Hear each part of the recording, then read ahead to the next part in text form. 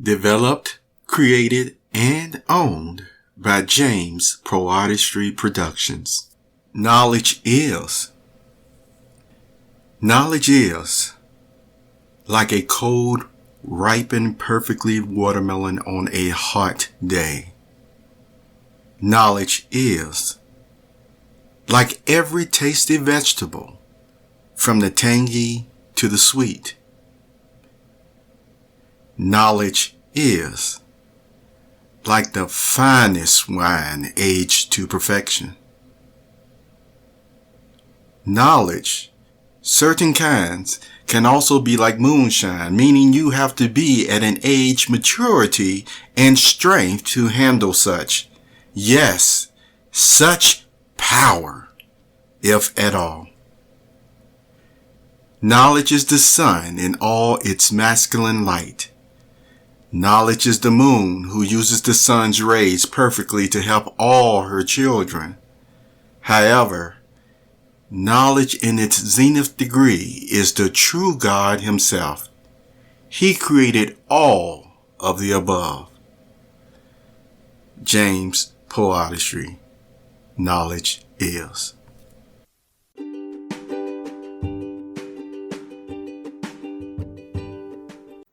God is love, just, and fair. This is part 2.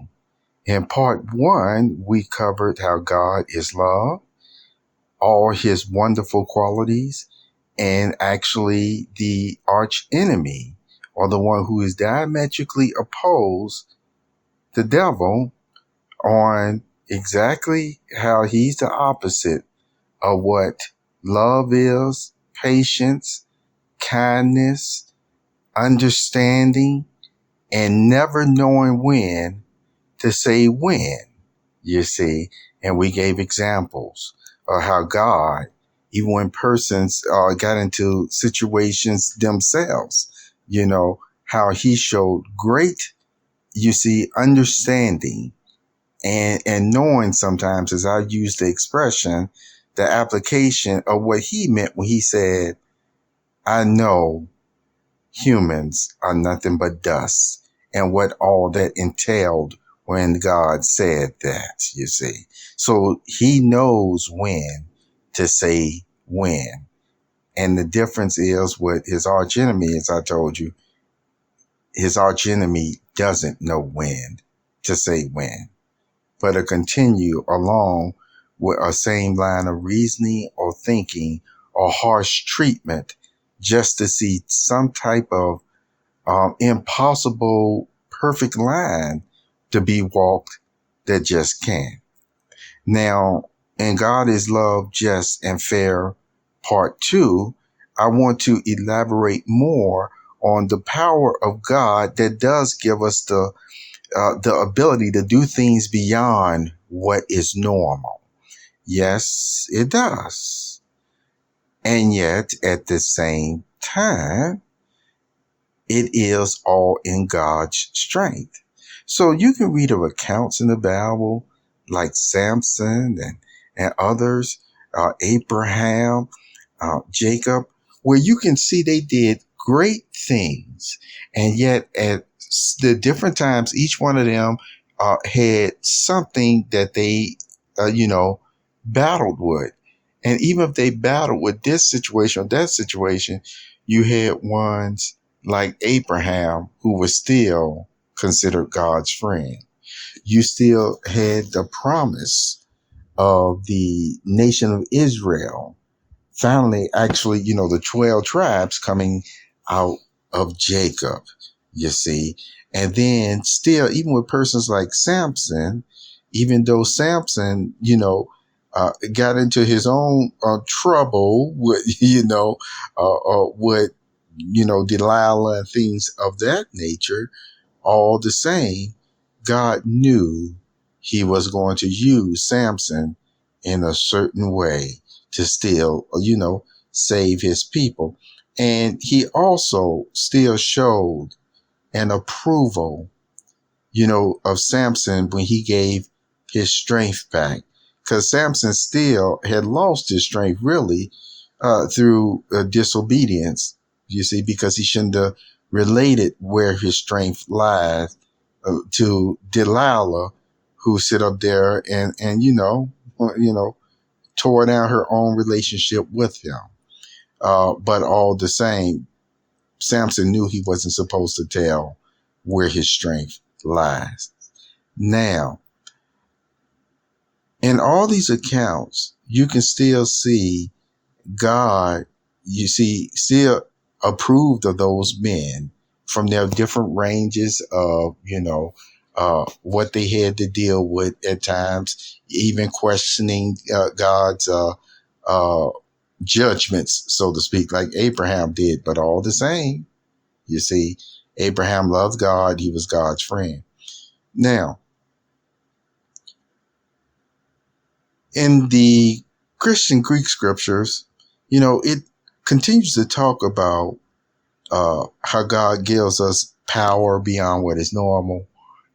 He also talks about how we would not be tested beyond what we can bear.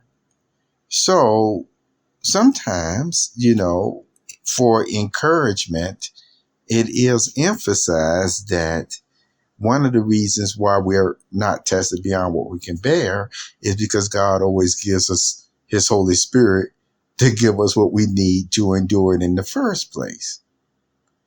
And yet all the time, all the same, we keep in mind all the scriptures where God tells his people to comfort one another, love one another, where there is a need, and you help one another. You see, he still instills a proactiveness of goodness to preach the good news and to do good to others.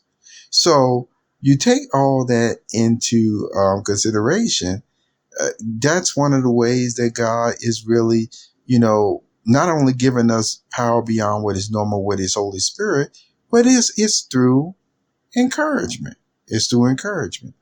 And so, we continue to encourage one another the best that we can, you see. God is love. God is just. God is fair. Never may that be misunderstood. Now, we mentioned his arch enemy is opposite of all of that, you see, is opposite of all of that. What we're going to do is actually now go to part 3, and I want to give you another example. And granted, it's dramatized. It's based on historical fiction, as they may call it. But I tell you what I'm going to share with you is still going to show you or set the tone of exactly what I'm really talking about. Why?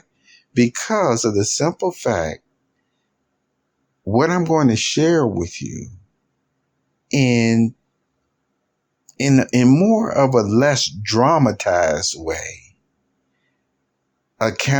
similar accounts like this have been the experience for some of us in certain type of settings. You see, it may not have become as dramatic for some of us, but guess what? For some of us, it did. But see, I want you to hear the line of reasoning that came out of a final decision. See you in part 3.